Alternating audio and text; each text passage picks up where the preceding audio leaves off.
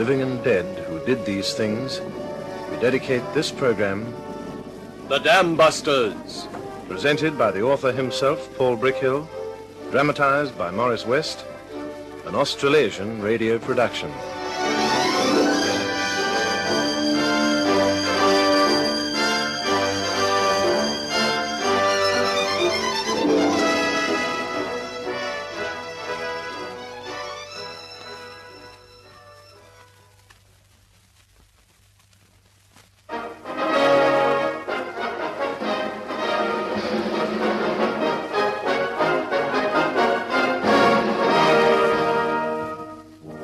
Good evening, this is Paul Brickhill speaking. Now they were given a number, Guy Gibson's men felt that the new squadron had really been born, and all of them cheerfully assisted in the christening ceremony. 617 Squadron. It was a lusty infant, but it wouldn't come of age until it had achieved its purpose, and none of them knew what that purpose was. Gibson hoped he would learn something of it when he was ordered to report to Weybridge Railway Station, where he would be met by a certain man.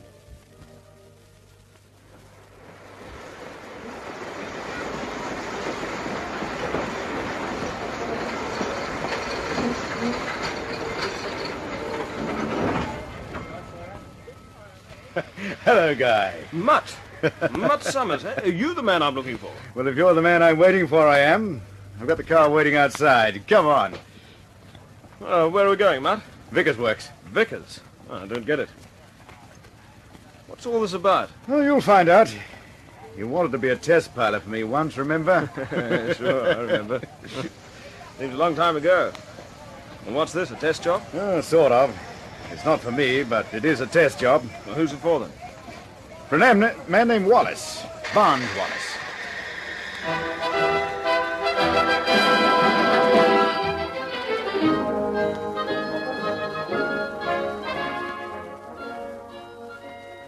I'm glad you've come, Gibson. Now we can get down to it. There isn't a great deal of time left. I don't suppose you know anything about the weapon. Weapon? I've never even heard of a weapon. In fact, I haven't heard much about anything. Huh? Don't you even know the target? Not the faintest idea. Oh, my dear boy. Oh, my dear boy. And that makes it very awkward. Well, after all, Mr. Wallis, if I'm the man to do the job... I know, I know, but this is dreadfully secret. And I can't tell anyone whose name isn't on this list. This is damn silly. Oh, you'll get used to that. Well, I'll tell you as much as I dare, and I hope the AOC will tell you the rest when you get back. It's nice to have someone tell me something. You'd better sit in on this too, Mutt. All right, Mr. Wallis. Well, now. There are certain objects in enemy territory which are quite big and vital to the German war effort. They're so big that ordinary bombs won't hurt them. But I got the idea for a special type of bomb which, if dropped at a certain point on the target, would destroy it by transmitted shock waves. Transmitted shock waves, I don't get that. You've seen it working in the pubs, Guy. A dozen times over. The Shuff Halfpenny board. Remember how you get 2 or 3 pennies lying touching each other, and you flick another one in behind them? The shock waves go right through them, but they all stay where they are, except the front one, which goes skidding off. Well, that's the shock wave. Oh, now I get it. I thought you would. Before you go, I'm going to show you some films which show how a bomb aimed and dropped over water can be brought to land at the base of a structure. You'll have to drop my special bomb in the same way on the German target. We'll be operating over water? Yes, over water. At night, or in the early morning when it's very flat. Now, tell me, Mr. Gibson, can you fly to these limits? 240 miles an hour, at 60 feet, and still bomb accurately. Well, it's terribly hard to judge your height over water, particularly smooth water. How much margin of error is allowed? None. That's the catch. You must fly at 60 feet. No more, no less. Otherwise your aiming won't be accurate. Well, there's probably a way of doing it. We'll just have to find it, that's all. You'll have to find it very quickly, Gibson, because if you fail the first time, you won't get a second chance.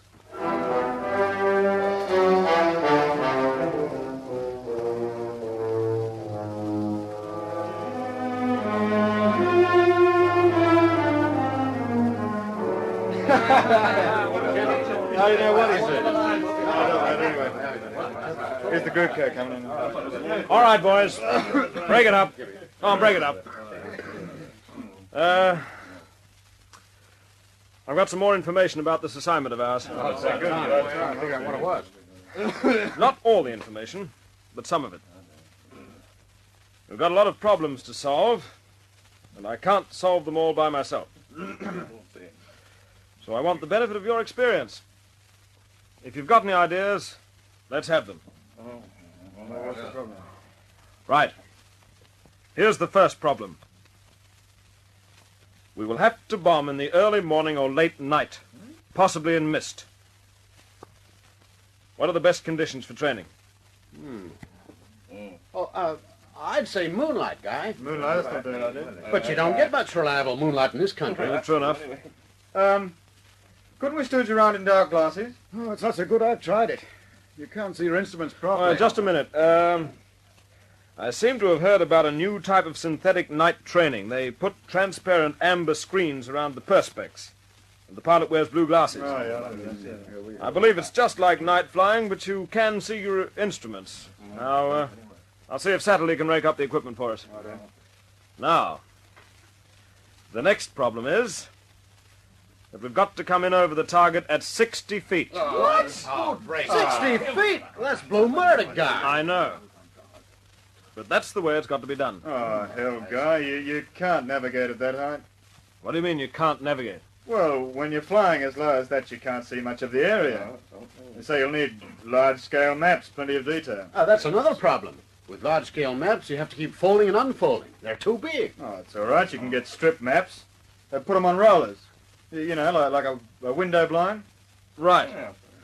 Now we'll settle on that. Large-scale maps in strips and on rollers. I'll organize it. The next point is we'll be flying over water. Oh, water! Oh, yes. That means we'll have to do our training over the lakes and fens. Astle, I want you to do a series of recce flights over these areas and bring me back as many photographs as you can. Then the boys can start training. Okay, Guy. I'll fix it. What about the regulations? They say no low flying. There'll be a lot of complaints. I'll deal with the complaints. Hey, listen, how do you get an accurate check on your altitude when you're flying at 60 feet above water? I don't know. I'm going to try and find out. And if you bright boys have got any ideas, you might let me know. We'll certainly do that. All right, that's all for now. First flight orders will be posted at 0900 hours tomorrow morning. 60 feet over water and in mist. Holy smoke!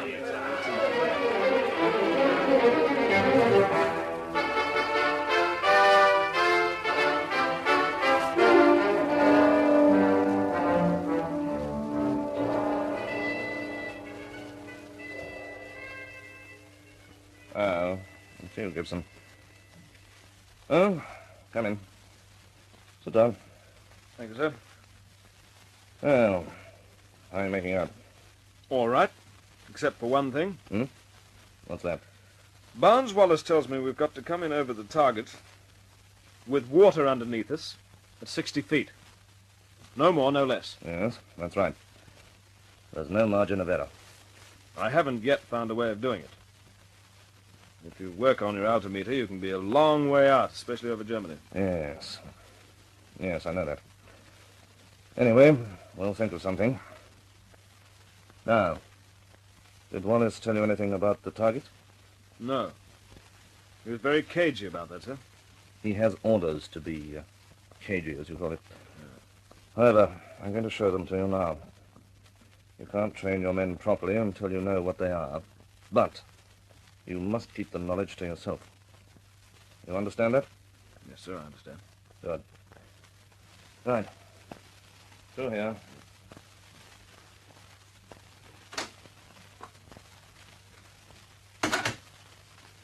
Well, there they are, Gibson. Take a good look at them. Dams. Dams. That's right. 3 of the most important dams in Germany. The Murner, the Eder, and the Sorpe. Between them, they keep the whole of the Ruhr industries going. These are scale models showing the dams themselves and the surrounding countryside. What a mess they'll make. If you can breach them. Yes, if we can breach them. All right, Gibson. Now you know the score. Go and see Barnes Wallis again, then come back and report to me.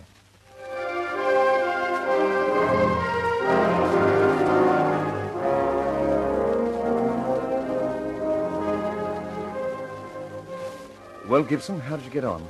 Cochrane gave me the full gen. It's quite a job. Can you do it, do you think? In daylight, we'd stand a fair chance. At night, I doubt it very much. And so far, we've discovered no way of flying accurately at 60 feet. Oh, we'll find some way. By the way, the code word for this operation is downward. Downward. I'll remember it. Now, to take my first explanations a little further, the bombs will be aimed so that they strike through the water at the base of the retaining wall. I calculated that the first bomb should at least crack the wall, and then more bombs in the same place should make it topple over. The best times, of course, are when the dams are full. That'll be in May. We'll need moonlight. There's a full moon from the 13th to 19th of May. About 6 weeks. It's not very long to train for an operation like this. I know that, but that's all the time you've got. And you've got to be accurate. If you aim too far back, you won't breach the wall. If you overshoot, you'll hit the parapet. Will that hurt the dam? Not at all. But it'll hurt you. Your aircraft will be just 60 feet over the exploding bomb. Yes. Yes, I see what you mean. But it still boils back to the problem of flying dead level at 60 feet.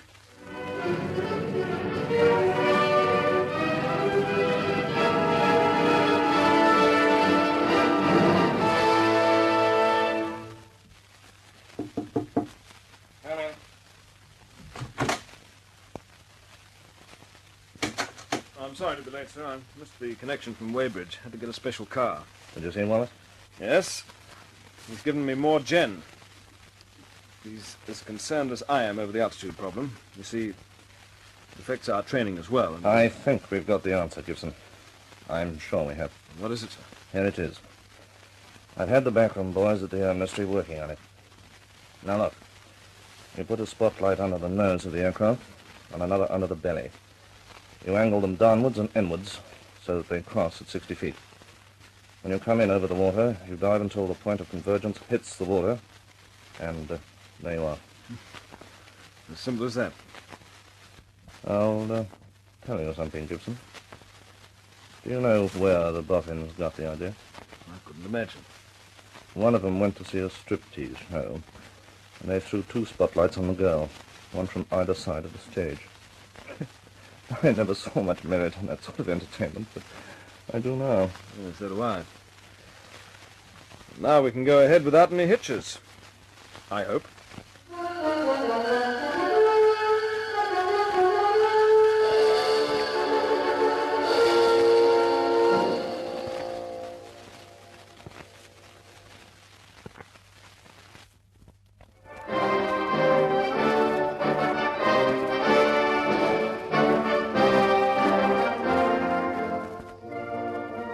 Just as the broad outline of Wallis's dam-busting scheme seemed impossible to the authorities when he first expounded it, later the detail of it seemed incredibly difficult to Gibson.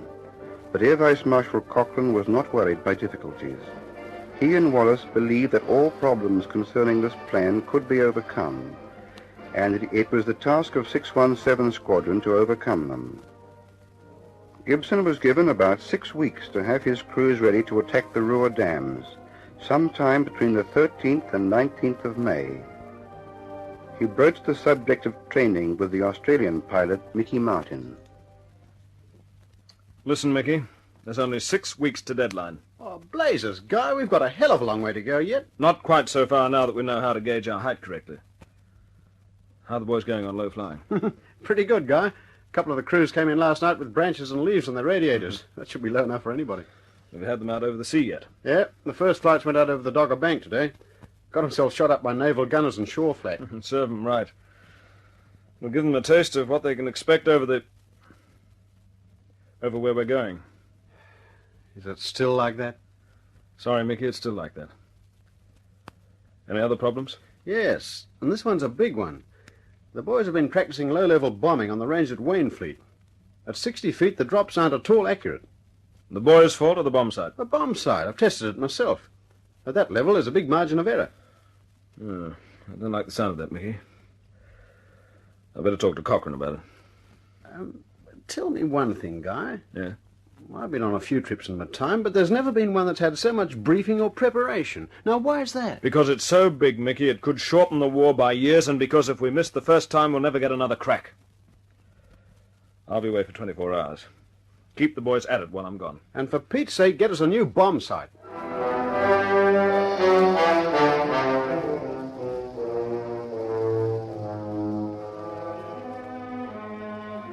You seem to be having your share of trouble, Gibson. Yes, sir. Now it's the bomb sight. At 60 feet, it isn't accurate enough.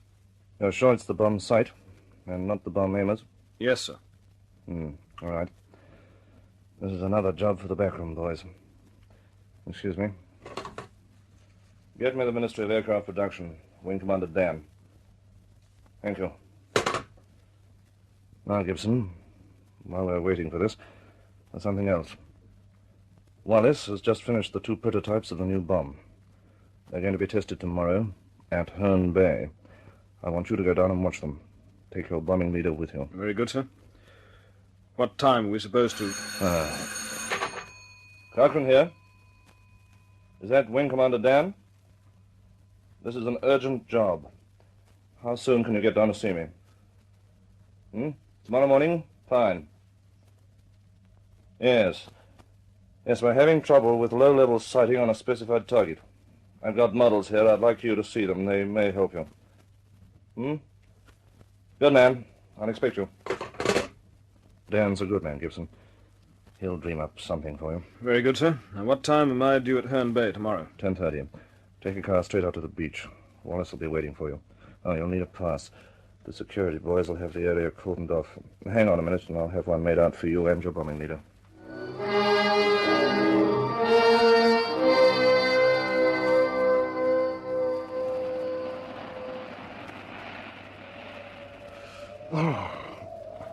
Sorry to get you up so early, Gibson, but the tide's up, and that's the right time. We want to walk out at low tide and see how the bomb stands up to the shock of dropping. And what's the aiming point? They're out there, between the 2 white boys. You see? Yes, I see. They're making the run now. There are 2 of them. One's the camera aircraft. Watch carefully now. There'll be a lot of spray, and if the casing cracks, you'll see fragments. He's too high! He's coming in too high! A lot of fragments, you see? Case is broken. I said it wouldn't work. Bomb's too big and heavy, and the case is too light. It shatters as soon as it hits the water. He still came in too high. He was over 100 feet. I know. Well, we've got another bomb in the hangar. We'll try it again this afternoon. Yeah, just hang on to my coat, will you? What are you going to do, sir? I'm going to wade out and see if I can pick up some of the fragments. They might tell us something. It's going to be a cold swim. Oh, needs must when the devil drives.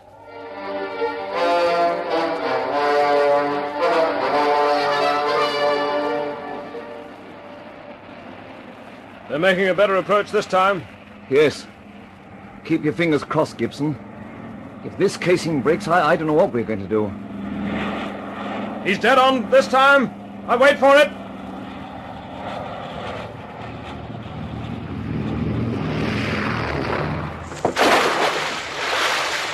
It held! The casing held! Thank God for that.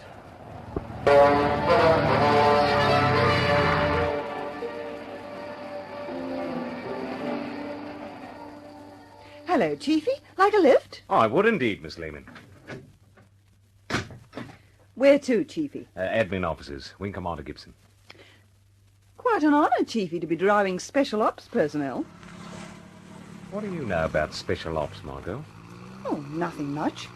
Except the boys are doing a lot of low flying, and they're all specially picked men.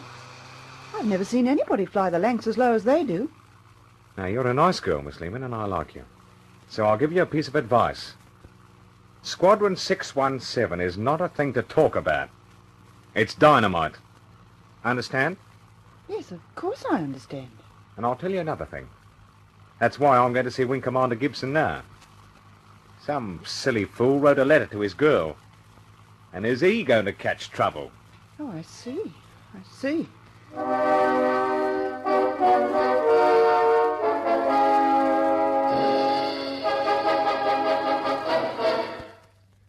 Well, there you are, sir.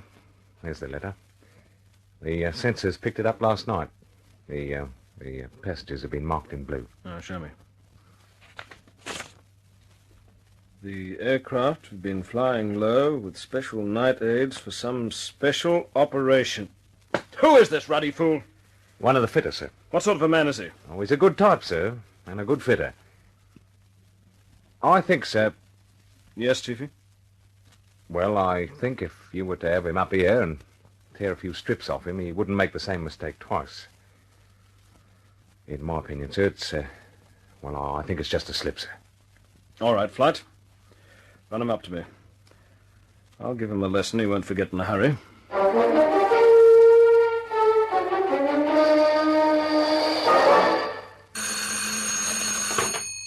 Gibson here.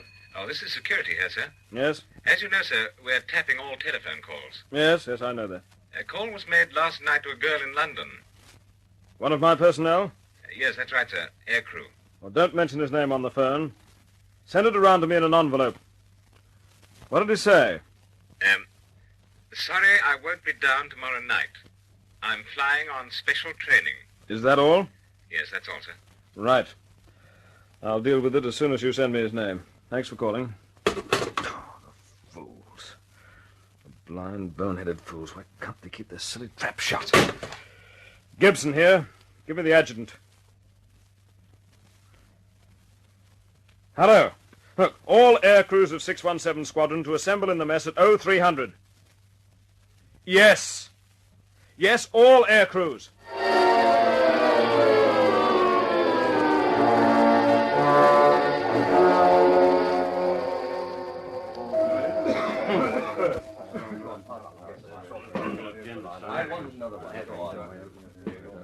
All right, chaps. Break it up. I want to talk to you. You there. Stand up on the table. Who? Me? Yes, you, pilot officer. Go on, stand up on the table.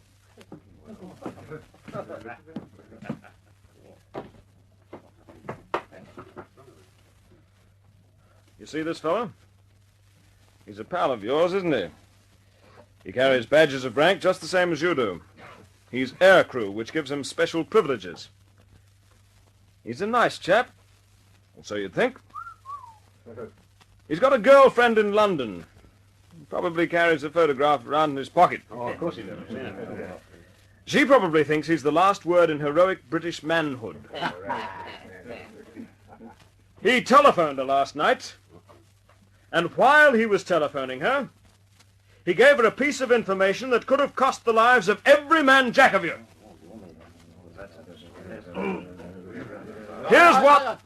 Here's what this man said. And for the information of the rest of you, every phone out of this station is tapped by security men. This is what this clot said to his girl. Sorry, I won't be down tomorrow night. I'm flying on special training. Harmless, isn't it? I'll show you how harmless it is. The girlfriend babbles in a bar or where she works about a hero who's doing special training. An enemy agent hears it, he traces it to this station. And the night we go out on our mission, there's flak and fighters and a balloon barrage and everything else in the box of tricks lined up waiting for us. Now look at him. Look at the fool. Hundreds of men's lives in danger because one idiot can't keep his trap shut. Now, if this happens again with any single one of you, I'll have the man court-martialed and dismissed from the service. That's all.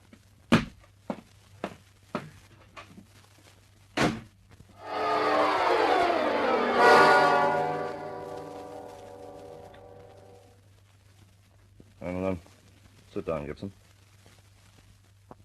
You know what today is? April the 29th. That's right. Only 13 days to the full moon. 13 days to the final test. Now then, give me a training check. Low flying? Good, sir. Mickey Mountain's done a wonderful job. The boys can come in, moonlight or mist, over any target and hold the crate steady at 60 feet. Good. Very good. Bomb, maybe? Very good. Your man from the Air Ministry made up a gadget for us out of nails and chunks of wood. Well, it was child's play now. How about security? Well, a few minor breaches, but no, it's still good. I see. Well, Gibson, the water in the dams is rising. If you're not ready by the 13th of May, you won't be ready at all. And the raids will have to be put off for another year. We'll be ready, sir. But will Wallis be ready with his... Excuse me. Cochrane here. Hello. Yes? Yes?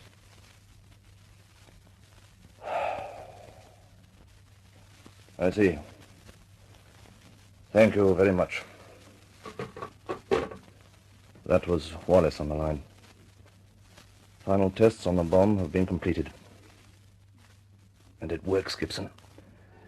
It works.